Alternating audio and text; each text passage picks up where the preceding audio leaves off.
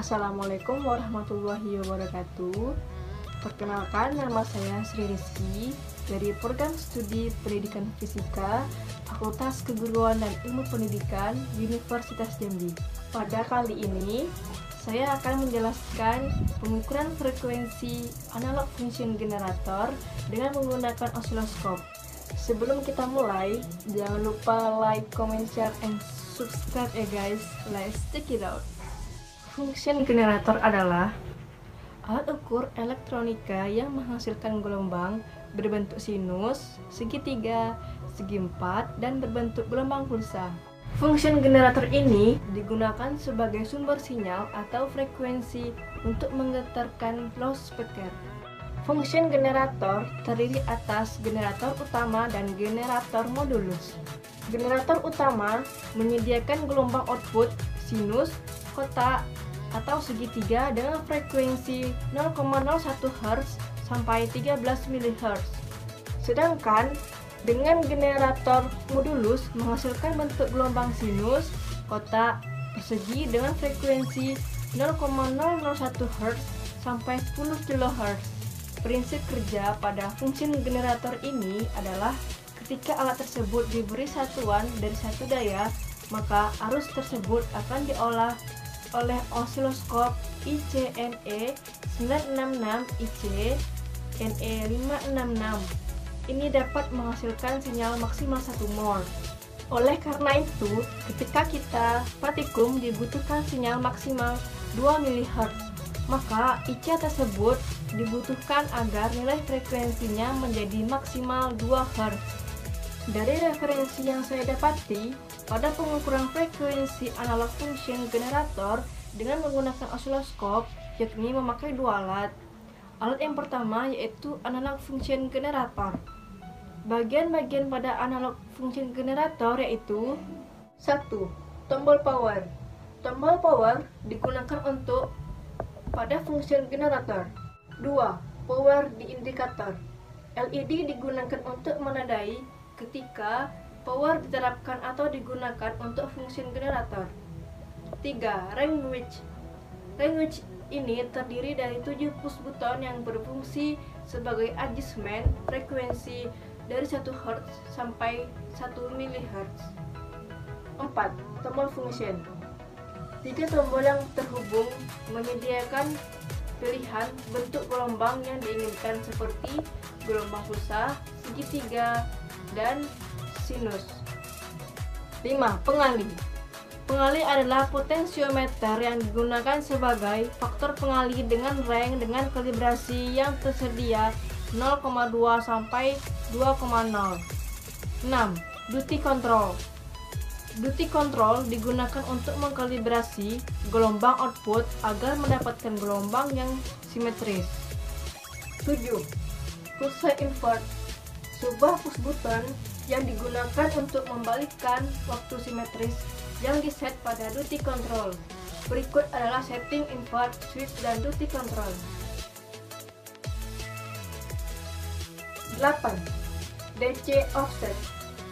Suatu DC offset kendali disediakan untuk membiarkan DC tingkat bentuk gelombang output yang untuk menjadi diset seperti diinginkan. Tabel di samping ini menggambarkan pengaruh dari kendali DC offset. Menjepit bentuk gelombang disebabkan oleh terlalu banyak amplituda dan terlalu banyak offset. 9. Amplitudo. Pengatur amplitudo menyediakan 20 dB dari attenuation dari bentuk gelombang. 10. ATT. Ketika tombol ditekan di aditor 20 dB disediakan oleh pengendali amplitudo maksimum dari 40 dB dari attenuation di output. 11. Output. Output sistem ini berupa gelombang persegi, segitiga, sinus, ram, dan gelombang pulsa lebih dari 20 volt peak to peak. 12. VCF input. Input voltage controlled frequency untuk frekuensi eksternal. 13. Output pulsa. Output pulsa adalah sinyal output TTL yang pantas mengendalikan IC TTL logik. Selanjutnya, alat yang kedua yaitu osiloskop. Bagian-bagian pada osiloskop sebagai berikut. Osiloskop merupakan salah satu alat ukur yang sangat bermanfaat dalam menguji dan mengukur suatu rangkaian elektronika. Tombol atau saklar, kontrol dan indikator osiloskop berdasarkan gambar di samping adalah sebagai berikut. 1. Tombol power on off. Tombol power on off berfungsi untuk menghidupkan dan mematikan osiloskop. 2. Lampu indikator. Lampu indikator berfungsi sebagai indikasi osiloskop dalam keadaan on lampu hidup atau off lampu mati. 3. Rotation. Rotation pada osiloskop berfungsi untuk mengatur posisi tampilan garis pada layar agar tetap berada posisi horizontal. 4. Intensity. Intensity digunakan untuk mengatur kecerahan tampilan bentuk gelombang agar mudah dilihat. 5. Fokus. Fokus digunakan untuk mengatur penampilan bentuk gelombang sehingga tidak kabur. 6. Cal. Cal digunakan untuk kalibrasi tegangan peak to peak atau tegangan puncak ke puncak. 7. Position. Position digunakan untuk mengatur posisi vertikal atau masing-masing saluran atau channel memiliki pengaturan position. 8. INV atau invert.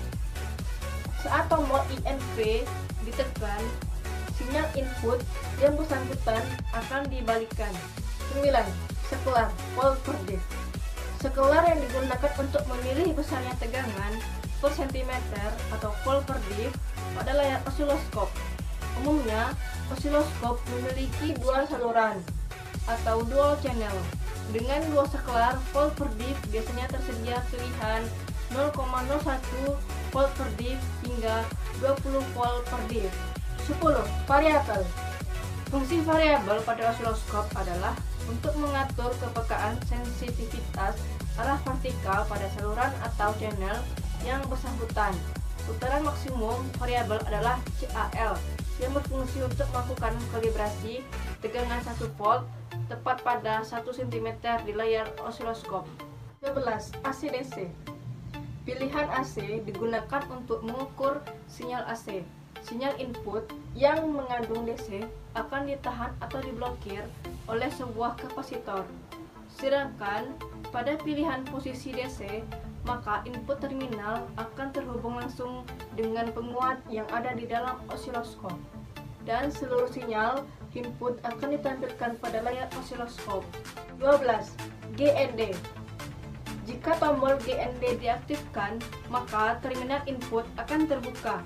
Input yang bersumber dari penguat internal osiloskop akan ditanahkan atau grounded. 13. Vertical input channel 1 sebagai vertical input untuk saluran 1. 14. Vertical input channel 2 sebagai vertical input untuk saluran 2. 15. Saklar mode. Saklar mode pada umumnya terdiri dari 4 pilihan, yaitu channel 1, channel 2, dual, dan ADD. Channel 1 untuk tampilan bentuk gelombang saluran 1. Channel 2 untuk tampilan bentuk gelombang saluran 2. Dual untuk menampilkan bentuk gelombang saluran 1 dan saluran 2 secara bersamaan. ADD untuk menjumlahkan kedua masukan saluran atau saluran secara aljabar. Hasil penjumlahannya akan menjadi satu gambar untuk gelombang pada layar. 16 kali 10 mag untuk pembesaran atau magnification frekuensi hingga 10 kali lipat.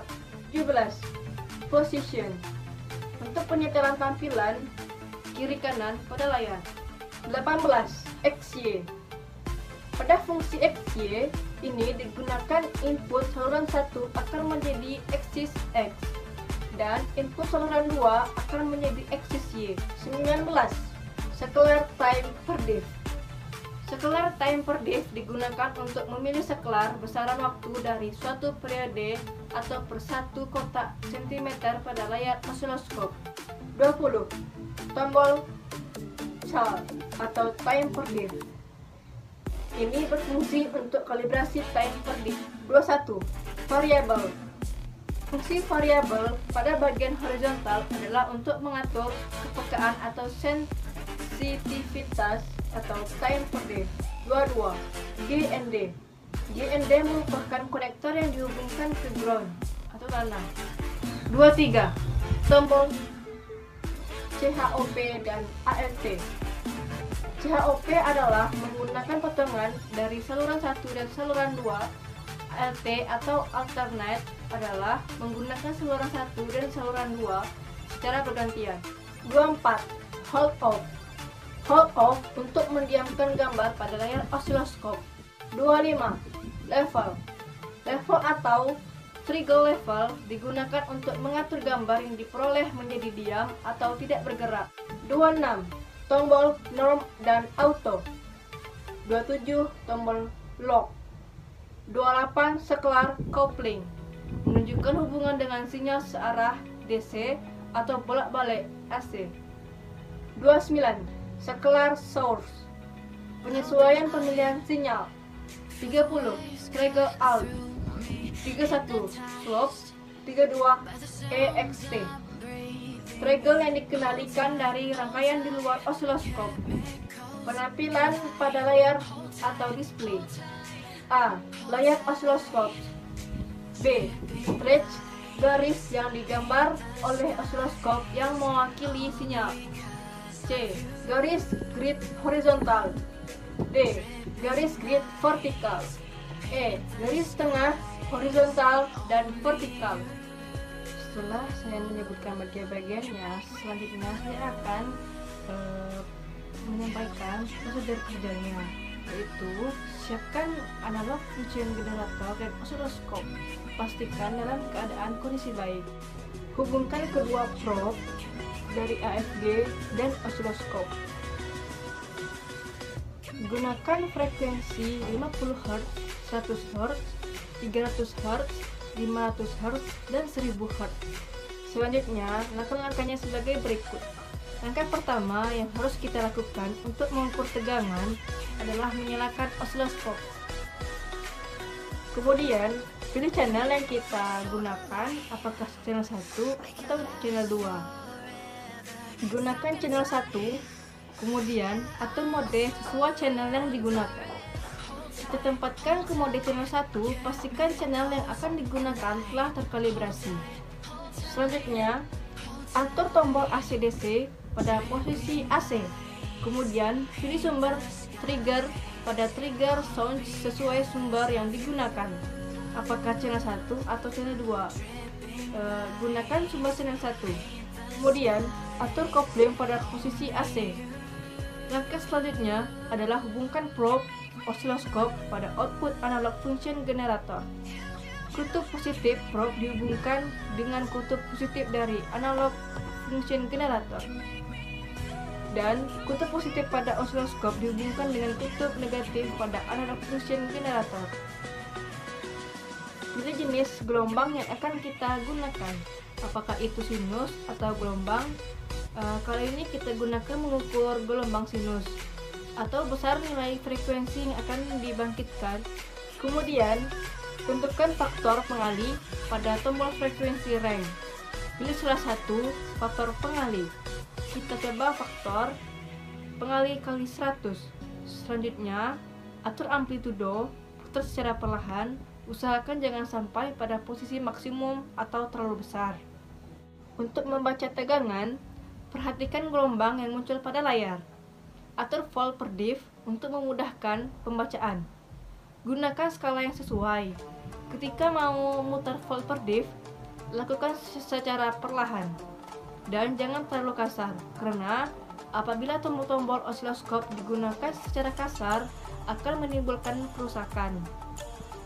Cara membaca tegangan pada osiloskop adalah menghitung jumlah kotak vertikal yang terbentuk oleh gambar gelombang kemudian dikalikan dengan skala volt per div yang digunakan.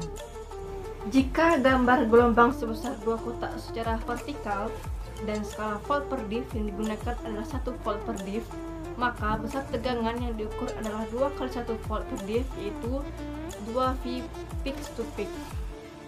Tegangan yang terukur oleh osiloskop adalah tegangan maksimum, sedangkan tegangan yang terukur oleh voltmeter adalah tegangan RMS.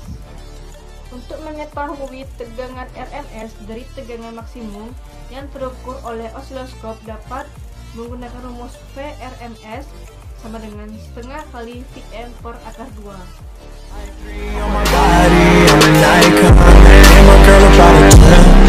I should fuck her in the